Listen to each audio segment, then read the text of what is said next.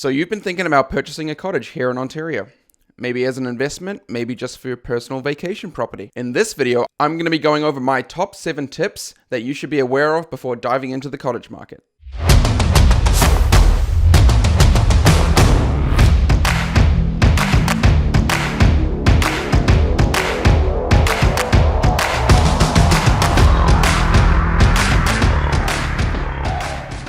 Hey guys, welcome back to my channel. Before we dive into today's video, allow me to introduce myself. My name is Ryan Megson. I am a licensed real estate agent here in Simcoe County and Cottage Country. Make sure to hit that subscribe button and get notified whenever a new video comes out. If you are looking for a real estate agent in my area, there is a link in the description that you can book directly into my calendar. Now let's get into today's video. Number 1, understanding the market and being prepared. Before you start looking at cottage properties, it is important that you have an understanding of what is happening in today's cottage market and that you're prepared.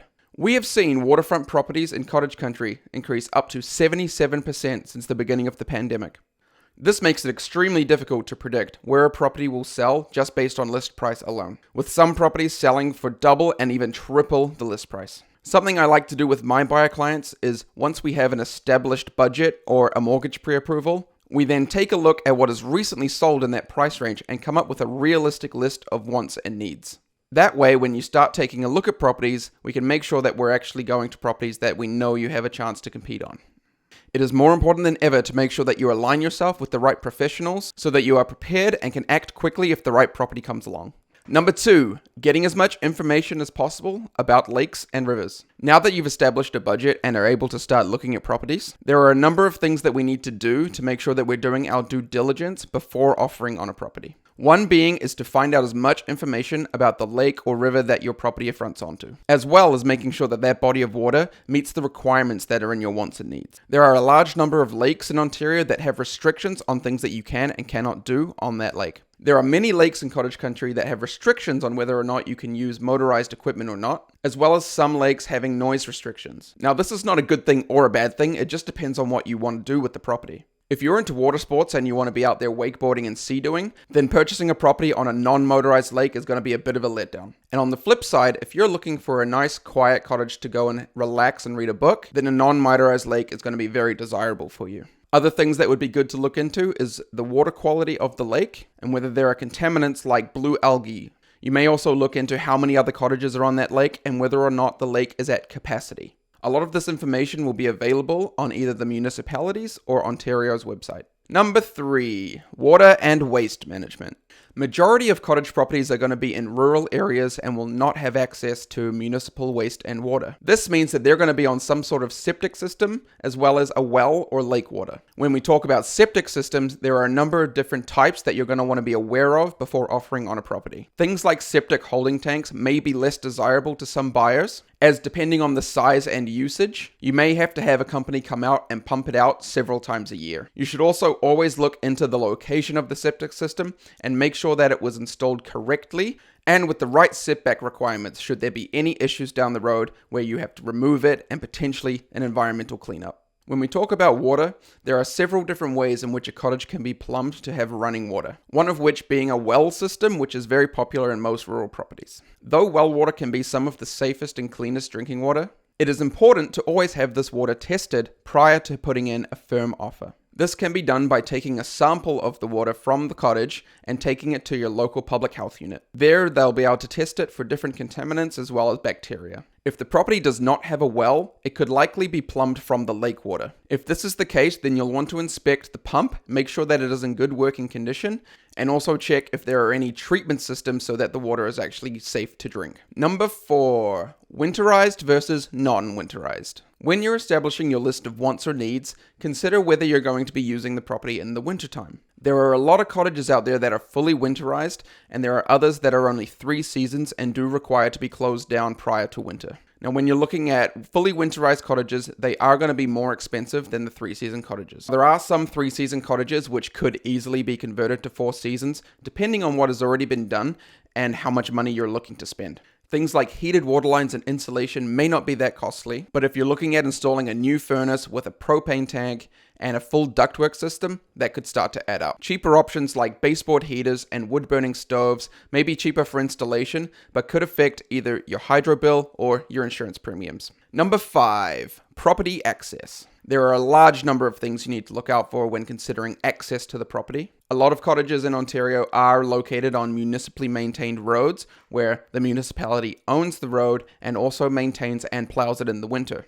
There are also municipal roads that are unmaintained, where the municipality owns the road but does not maintain it or plow it in the winter. There are also a lot of cottages located on private roads in cottage country, and this is where things can get a little complicated. Private roads can affect either one or many different properties, depending on how many are relying on this road for access. Private roads can often cross through other properties and might be listed as a right-of-way on title to that property, which would restrict that property owner's use of that space. Private roads can also be managed by a group of collective property owners on that road, which is run very similarly to a condominium corporation. This is a great way to regulate the fees and how they're collected from property owners, as well as what gets spent on what things. Some as well will hold a reserve fund for unforeseen circumstances like extreme weather, where the road has been swept away and needs to be rebuilt. It is important in these circumstances to figure out what the fees are, who do you pay them to, and who is in charge of what happens with the money. The last type of property access I want to talk about is water access only.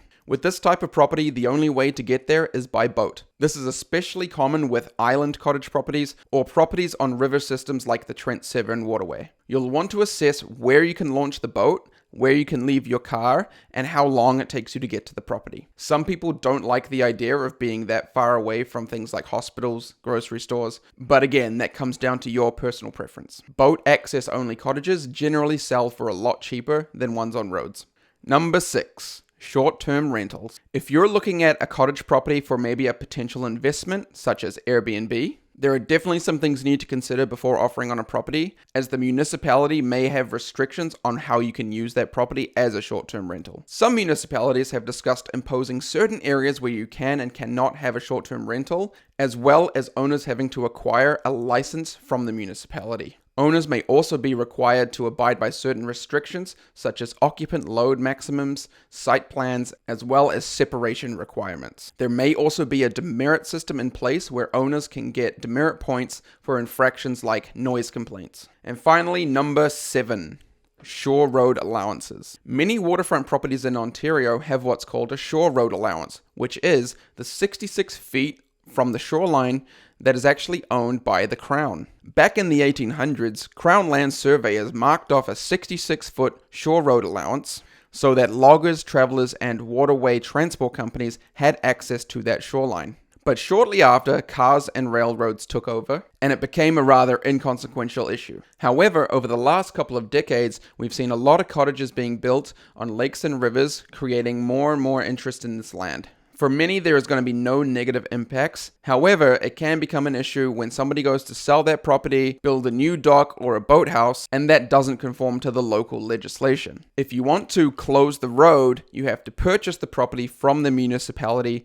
First, you have to find out if it's for sale and then go through the application process of that municipality. This process can be cumbersome and can take up to a year. So there you have it, my top 7 tips that you should know before thinking about buying a cottage here in Ontario. If you're thinking about looking for a cottage and don't know where to start, there's a link in my description where you can book a one-on-one consultation with me and we can discuss your wants, needs, and goals. Please make sure to hit that subscribe button and leave a comment below letting me know what content you'd like to see. I post new videos every week. Thanks for watching and I'll see you in the next one.